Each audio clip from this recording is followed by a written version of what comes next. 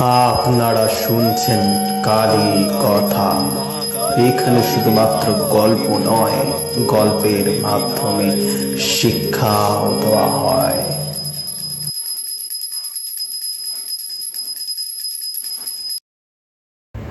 জয় তারা, জয় জয় তারা, জয় মাতারা, জয় মাতারা, জয় মাতারা।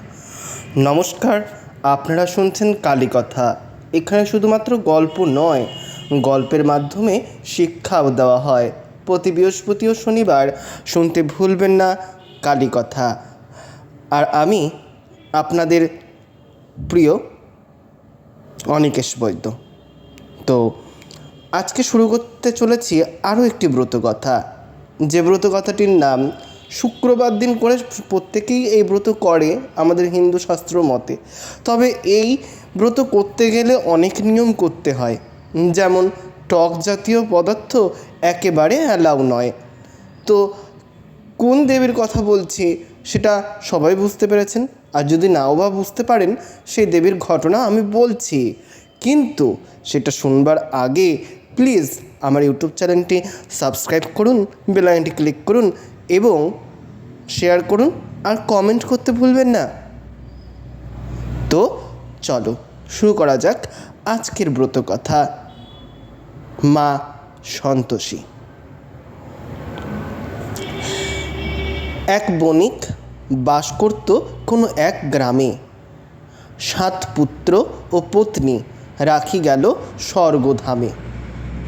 6 ভাই কর্ম করে আনিত যা অর্থ, যাহা পাহাই তাহা আনিয়া দেয় মাকে।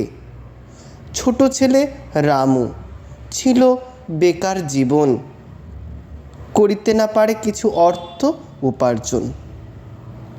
সাবিত্রী নামেতেই ছিল রামুর রমণী, সতী সাবিত্রী, পতিব্রতা, স্বামী সুহাগিনী।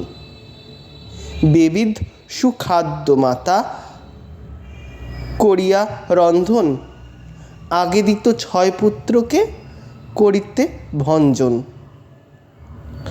ভাইদের উচ্ছিষ্ট রামুকে খেতে দিত, বধূদের উচ্ছিষ্ট লইয়া দিত সাবিত্রীকে। একদা সাবিত্রী তার স্বামী গোচরে সব কথা জানাইল। পরীক্ষা করিয়া রামু জানিতে পারিল সব সত্য কথা, যাহা সাবিত্রী কহিল।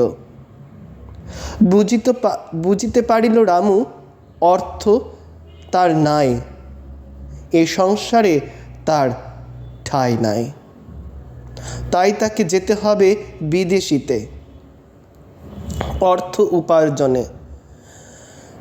তাই শুনিয়া সাবিত্রী তাহা ভাসে আঁখি জলে। দেশে দেশে ঘুরে রামু এক দেশে এলো, ধনী সদাগরের সঙ্গে তার দেখা হলো। রামুকে সে সদাগর চাকরি যে দিল, রামুর বুদ্ধিতে ব্যবসা প্রচুর বাড়িল। ব্যবসায় অধিক অংশীদার রামুকে করিল, ক্রমশ উন্নতি তাহার হইতে লাগল। প্রত্যেক মাসে রামু সাবিত্রীকে টাকা পাঠাইত।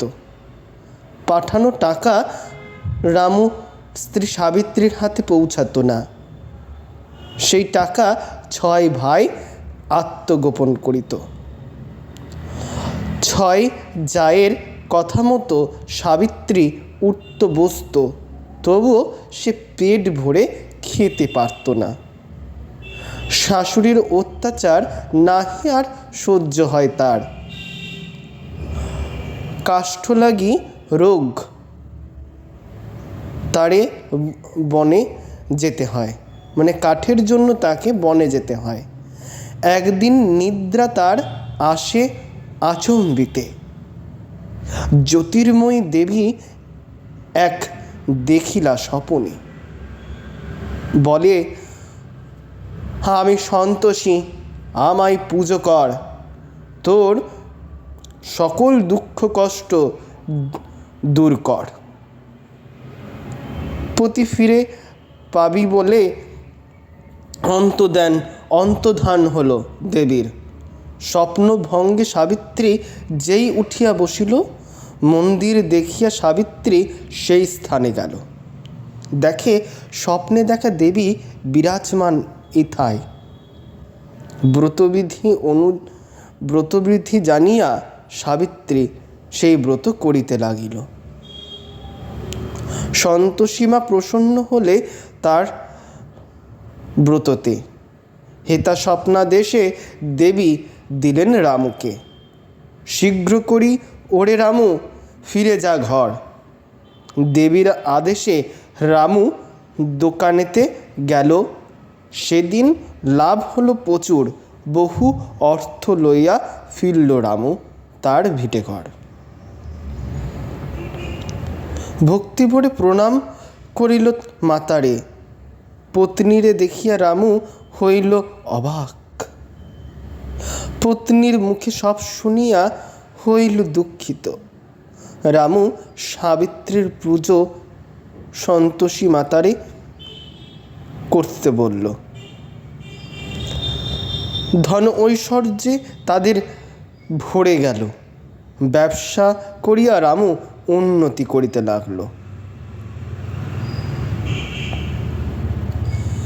দেবীর ধন ঐশ্বর্যে তাদের সব ভরে গেল এবং ব্যবসা করিয়া রামু উন্নতি করিতে লাগল।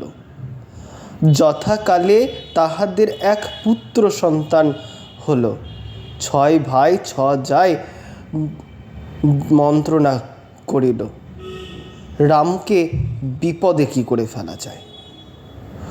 সন্তোষী মাতার কৃপা ছিল তার উপর, সে কারণে ক্ষতি হলো না তার। সন্তোষী মাতার ব্রত করে যে জন ধনে পুত্রে লক্ষ্মী লাভ করে সেই জন। টকদ্রব্য শুক্রবার কভু না খাইবে। সন্তোষী মাতার কৃপা পেতে অবশ্যই এই নিয়ম মেনে চলিবে। সন্তোষী মাতার ব্রতকথা হইল না সমাপন। হইল সমাপন। উলুধ্বনি দাও সবে যত বামাগণ। জয় জয় সন্তোষী মাতা তুমি কল্যাণময়ী, তোমার কৃপা সব সুখী হয় এই ব্রত জান। তো আজকে আপনাদের এই সন্তোষী মাতার ঘটনাটি বা ব্রতকথাটি কেমন লাগলো তা জানাতে ভুলবেন না। জানাতে হলে কমেন্ট করুন, শেয়ার করুন প্রচুর পরিমাণে এবং সাবস্ক্রাইব করতে ভুলবেন না। জয় মা তারা, জয়।